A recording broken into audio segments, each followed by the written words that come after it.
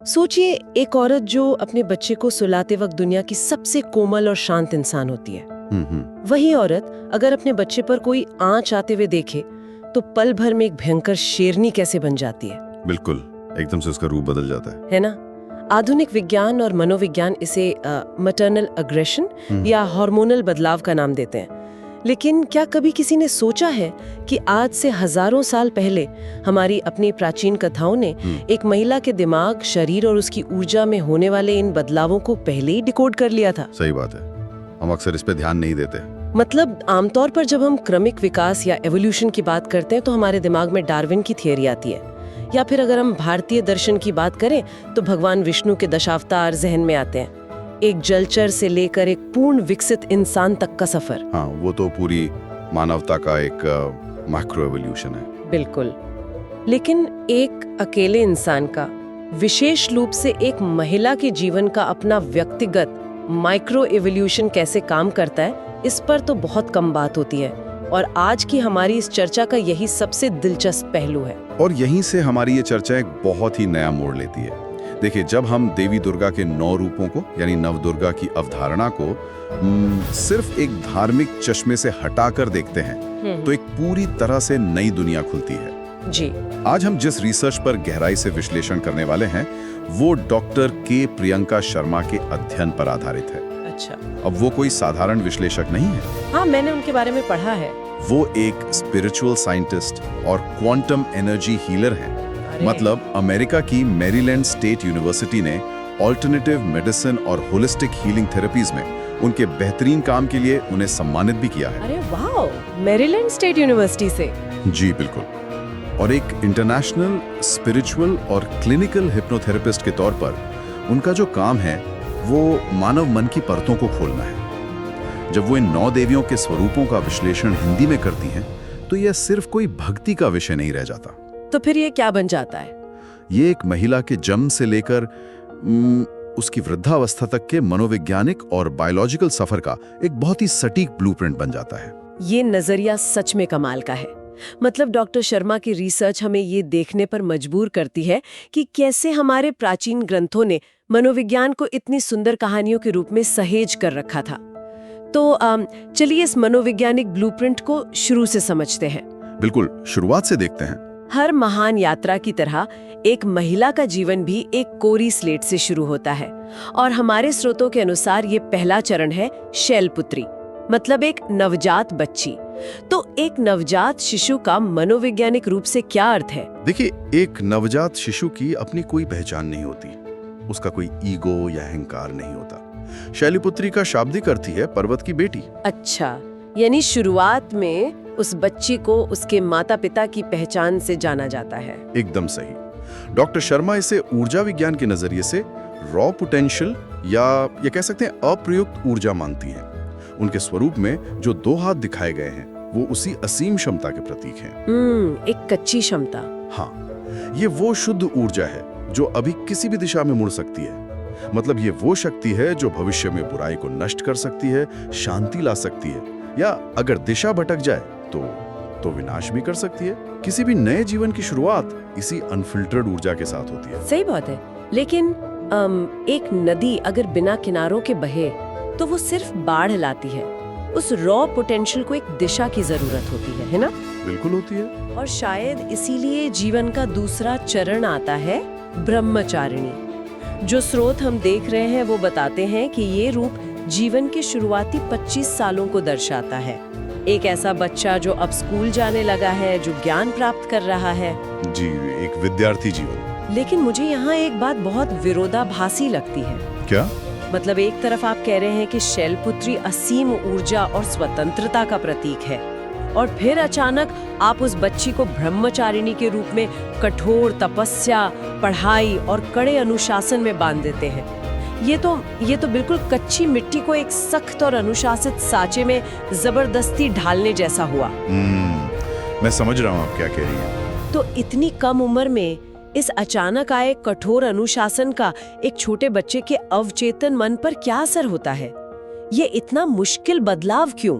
देखिए, ये बदलाव बाहर से देखने में जरूर कठोर लगता है, लेकिन होलिस्टिक हीलिंग और मनोविज्ञान में इसे बाउंड्री सेटिंग और फोकस बिल्डिंग कहा जाता है। अच्छा, फोकस बिल्डिंग। हाँ, वो जो असीम ऊर्जा थी ना, अगर उसे एक सही चैनल न मिले तो वो पूरी तरह से बिखर जाएगी। ब्रह्मचारिणी का रूप उस ऊर्जा को सहेजने की प्रक्रिया है। इस रूप में देवी सफेद कपड़े पहनती हैं। अब ये सफेद रंग कोई फैशन स्टेटमेंट नहीं है। ये उस उम्र में भौतिकवादी विकर्षणों से दूरी बनाने का प्रतीक है, मन को भटकने से रोकने का प्रतीक है, ताकि जीवन की मजबूत नींव बनाने पर पूरा ध्यान लगाया जा सके। बिल्कुल। जब एक इंसान अपने जीवन के पहले 25 साल ज्ञान अर्जित करने में लगाता है तो वह अपने न्यूरल पाथवेज को आगे आने वाले 50 सालों के संघर्ष के लिए तैयार कर रहा होता है। बिना इस कठोर सांचे के एक मजबूत व्यक्तित्व बन ही नहीं सकता। ये तो है। तो 25 साल की इस ब्रह्मचारिणी शिक्षा के बाद क्या, जब ये अनुशासित विद्यार्थी असल दुनिया के थपेड़े खाने बाहर निकलती है, तब ये ऊर्जा कैसे बदलती है? क्योंकि अब वो किसी सुरक्षित स्कूल के माहौल में तो है नहीं। हाँ, अब असली संघर्ष शुरू होता है। और यहीं पर हमारा तीसरा चरण आता है, चंद्रघंटा, एक सक्षम और युवा वयस्क महिला। सही कहा। और चंद्रघंटा का स्वरूप आधुनिक वर्किंग वुमन या उस युवा महिला का सबसे सटीक चित्र है जो दुनिया का सामना करने के लिए पूरी तरह तैयार है। मतलब उसके 10 हाथ हैं और हर हाथ में कोई ना कोई हथियार या उपकरण है। बिल्कुल। और उनकी तीसरी आंख खुली हुई है। अब क्लिनिकल हिप्नोथेरेपी के नजरिए से देखें तो ये वो चरण है जब एक इंसान का सर्वाइवल इंस्टिंक्ट अपने चरम पर होता है। सर्वाइवल इंस्टिंक्ट यानी खुद को साबित करने की होड़। हाँ, तीसरी आंख खुली होने का मतलब है कि वो इस दुनिया में बेहद सतर्क है। उसे पता है कि कहाँ खतरे हैं। 10 हाथ ये बताते हैं कि वो आत्मनिर्भर है, करियर संभाल रही है, समाजिक अपेक्षाओं से लड़ रही है, वो पूरी तरह से सुसज्जित है। ये तो एक पूरे योद्धा का रूप है जो जीवन की हर चुनौती से लड़ने के लिए तैयार है। लेकिन इस पूरे जीवन चक्र में जो बात मुझे सबसे ज्यादा चौंकाती है वो है चंद्रघंटा से कुष्मांडा तक का सफर। वो कैसे? देखिए, हमारे स्रोत बताते हैं कि चौथा चरण कुष्मांडा का है, जो ब्रह्मांडीय अंडे या कॉस्मिक एग की रचयिता हैं। इनकी तुलना सीधे तौर पर एक गर्भवती महिला से की गई है। जी बिल्कुल। उनके हाथ में जो कलश है वो एक गर्भ का प्रतीक है।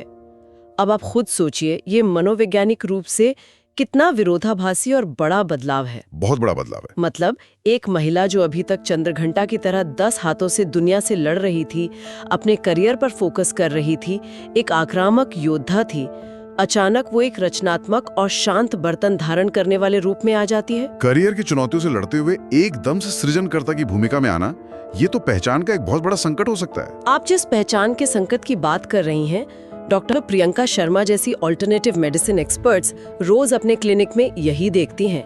आज की आधुनिक महिला इसी मनोवैज्ञानिक संघर्ष से गुजर रही है ना? ये बहुत मुश्किल होता होगा। लेकिन अगर हम इसे क्वांटम ऊर्जा के नजरिए से समझे तो ये कोई हार नहीं है। चंद्रघंटा के रूप में जो ऊर्जा बाहरी दुनिया से लड़ने में बाहर की ओर बह रही थी, वही ऊर्जा कुष्मांडा के रूप में अब भीतर की ओर मुड़ जाती है। अच्छा, ऊर्जा का प्रवाह बदल जाता है। बिल्कुल। एक ब्रह्मांड को या एक नई जान को दुनिया में लाने के लिए प्रकृति की सबसे सघन ऊर्जा की आवश्यकता होती है। ये कलश उसी ऊर्जा, उस महिला के स्वास्थ्य और असीम शक्ति का प्रतीक है। शरीर और मन का एक योद्धा से रचयिता में बदलना एक बहुत बड़ा मनोवैज्ञानिक शिफ्ट है। ये तो एक बहुत ही खूबसूरत नजरिया है इसे देखने का। बाहरी संघर्ष से भीतरी सृजन की ओर। लेकिन जब वो नया जीवन दुनिया में आ जाता है, तब उस महिला के मनोविज्ञान में एक और भारी बदलाव आता है। जी, एक बिल्कुल नई भूमिका। और यहीं से शुरू होता है मातृत्व का वो दोहरा स्वरूप, जिसे समझना हमारे लिए बेहद जरूरी है। 5वां चरण है स्कंद माता, एक पालन करने वाली माँ जिसने अभी अभी एक बच्चे को जन्म दिया है। हाँ, इस स्वरूप को अगर आप ध्यान से देखें तो वो अपने बेटे को गोद में लिए हुए हैं और उनके पास कोई हथियार नहीं है। यही बात मुझे थोड़ा खटकती है। मतलब चंद्रघंटा के पास 10 हथियार थे, तो क्या माँ बनना एक महिला को पूरी तरह से निहत्था बना देता है? देखिए, इसे निहत्था होने के बजाय समर्पण कहना ज्यादा सही होगा। डॉक्टर शर्मा की प्रैक्टिस में ये देखा गया है कि इस दौरान महिला की ऊर्जा केवल नर्चरिंग यानी पालन पोषण पर केंद्रित हो जाती है। यानी उसका पूरा ध्यान सिर्फ बच्चे पर होता है? बिल्कुल। बिना हथियारों का होना ये दर्शाता है कि उसका बाहरी दुनिया से संघर्ष अभी पीछे छूट गया है। उसकी पूरी मात्र ऊर्जा सिर्फ उस छोटे से जीवन को पालने में लगी है। ये बहुत ही कोमल तस्वीर है, लेकिन मुझे लगता है कि हमारा समाज अक्सर माताओं को केवल स्कंध माता के रूप में ही रूढ़िबद्ध कर देता है। हाँ, ये एक बहुत बड़ी समस्या है। मतलब हम सोचते हैं कि माँ हमेशा नर्म, त्याग करने वाली और कोमल ही होनी चाहिए, लेकिन हमारे स्रोत इस स्टीरियोटाइप को पूरी तरह से चकनाचूर कर देते हैं। बिल्कुल करते हैं। क्योंकि स्कंद माता के तुरंत बाद छठा और सातवां चरण आता है, कात्यायनी और कालरात्रि। और मनोविज्ञान के दृष्टिकोण से मैं कहूंगा कि ये इस पूरी यात्रा का सबसे शानदार हिस्सा है। समाज भले ही माँ को सिर्फ कोमल देखना चाहे, लेकिन कात्यायनी और कालरात्रि ये स्पष्ट करते हैं कि सच्चा मातृ स्वभाव केवल कोमल नहीं होता। हाँ, वो सिर्फ स्कंद माता नहीं है। बिल्कुल, कात्यायनी वो स्वतंत्र योद्धा है जो बुराई का नाश करती है, और कालरात्रि उसका अंतिम सबसे क्रोधित और भयंकर रूप है। मतलब जब एक माँ को लगता है कि उसके बच्चे या उसके प्रियजनों पर कोई खतरा है, तो वो एक लड़ाकू शेरनी बन जाती है। ये तो वही मैटरनल अग्रेशन वाली बात हो गई जिससे हमने अपनी चर्चा शुरू की थी। एकदम सही। जो महिला एक ब्रह्मांड को जन्म देने की कोमलता रखती है, वही अपने परिवार की रक्षा के लिए भयानक विनाश भी ला सकती है। डॉक्टर शर्मा का क्लिनिकल हिप्नोथेरेपी का काम अक्सर इसी दबी हुई ऊर्जा को सामने लाता है। दबी हुई ऊर्जा मतलब महिलाओं को अपना ये रूप छिपाना पड़ता है। हाँ, क्योंकि कई महिलाओं को ये सिखाया जाता है कि गुस्सा करना या आक्रामक होना माँ के स्वभाव के खिलाफ है। उन्हें अपने अंदर की कात्यायनी और कालरात्रि को दबाने के लिए मजबूर किया जाता है, जिससे गहरे मनोवैज्ञानिक तनाव पैदा होते हैं। अरे बाप रे, ये तो बहुत सोचने वाली बात है। जबकि हमारे ग्रंथों ने स्पष्ट बताया है कि खतरे के समय ये उग्रता एक बहुत ही प्राकृतिक बायोलॉजिकल रक्षा तंत्र है। सच में इस कोमलता बनाम भयंकर रक्षक के विचार ने तो रोंगटे खड़े कर दिए। एक महिला के अंदर की इन परतों को समझना बहुत जरूरी है। लेकिन जीवन की यह यात्रा हमेशा युद्ध के मैदान पर तो नहीं रहती। नहीं, एक समय के बाद ठहराव आता है। बिल्कुल, सुरक्षा, संघर्ष और परिवार को पालने के भयंकर तूफानों के बाद अंततः जीवन की संध्या आती है, एक ठहराव। और ये हमें 8वें चरण की ओर ले जाता है, महागौरी। हाँ, जीवन के कड़े तूफानों के बाद महागौरी का रूप आता है। यह एक शांति दूत का रूप है। इस रूप में देवी को भगवान शिव और अपने बच्चों के साथ शांति से निवास करते हुए दिखाया गया है। तो क्या इसका मतलब है कि अब उसके जीवन के सारे संघर्ष खत्म हो गए हैं? संघर्ष खत्म नहीं हुए हैं, बल्कि वो परिवार में सद्भाव बनाए रखने वाली महिला की भूमिका में आ गई है। यह शांत रूप परिवार की खुशी, शांति और प्रगति के प्रति एक महिला की जिम्मेदारी को उजागर करता है। अब वो छोटी छोटी बातों पर नहीं लड़ती। यानी परिपक्वता आ गई है। बिल्कुल, ये बहुत ही खूबसूरत पड़ाव है। लेकिन इस पूरी यात्रा का जो अंतिम चरण है, 9वां चरण, सिद्धिदात्री, ये एक बुद्धिमान दादी का रूप है। ये मुझे सबसे ज्यादा प्रेरित करता है। सिद्धिदात्री, सिद्धि का अर्थ ही है पूर्णता। डॉक्टर शर्मा इसे मानव विकास का परम शिखर मानती हैं। लेकिन देखिए ना, अक्सर हम बुढ़ापे को कमजोरी की तरह देखते हैं। हाँ, समाज का नजरिया ही ऐसा है। पर यह रूप तो बुढ़ापे को कमजोरी के बजाय बुद्धिमत्ता और पूर्णता के रूप में स्थापित करता है। यह मुझे जहाज के उस मास्टर कैप्टन की याद दिलाता है। वो कैसे? मतलब एक ऐसा कैप्टन जिसने जीवन के हर चक्रवात का सामना किया है और अब वो एक शांत बंदरगाह पर बैठकर नए नाविकों को दिशा दिखा रहा है। बहुत ही सटीक तुलना है। सिद्धिदात्री अब खुद कोई नई लड़ाई नहीं लड़ रही है। जीवन के हर रंग और अनुभव को जीने के बाद वह अब अपने पूरे ज्ञान का उपयोग आने वाली पीढ़ियों का मार्गदर्शन करने के लिए करती हैं। वह अपने परिवार पर असीम प्रेम और पूर्णता की वर्षा करती हैं। क्या बात है। तो अगर हम पूरी चर्चा को समेटें तो यह सच में आश्चर्यजनक है कि कैसे शैलपुत्री की उस कच्ची क्षमता से शुरू होकर जीवन का यह चक्र सिद्धिदात्री के परम ज्ञान तक पहुंचता है। बिल्कुल, विष्णु के अवतारों का वृहद विकास हो या दुर्गा के अवतारों का व्यक्तिगत विकास, दोनों ही जीवन को समझने के शानदार तरीके हैं। बिल्कुल सही कहा आपने। मुझे लगता है कि ये चर्चा किसी भी इंसान को अपने या अपने आसपास की महिलाओं के जीवन के संघर्षों और उनके बदलते स्वरूपों को एक नई और गहरी समझ के साथ देखने के लिए प्रेरित करेगी। मुझे भी यही उम्मीद है। हर चरण की अपनी एक अलग ऊर्जा और जरूरत होती है ना?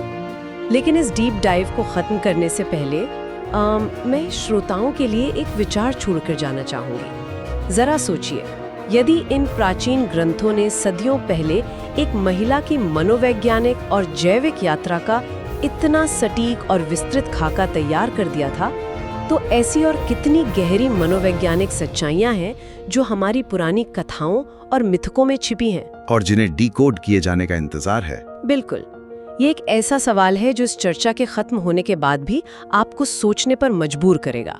आज के लिए बस इतना ही। गहराई से सोचते रहिए और नई चीजों को एक्सप्लोर करते रहिए।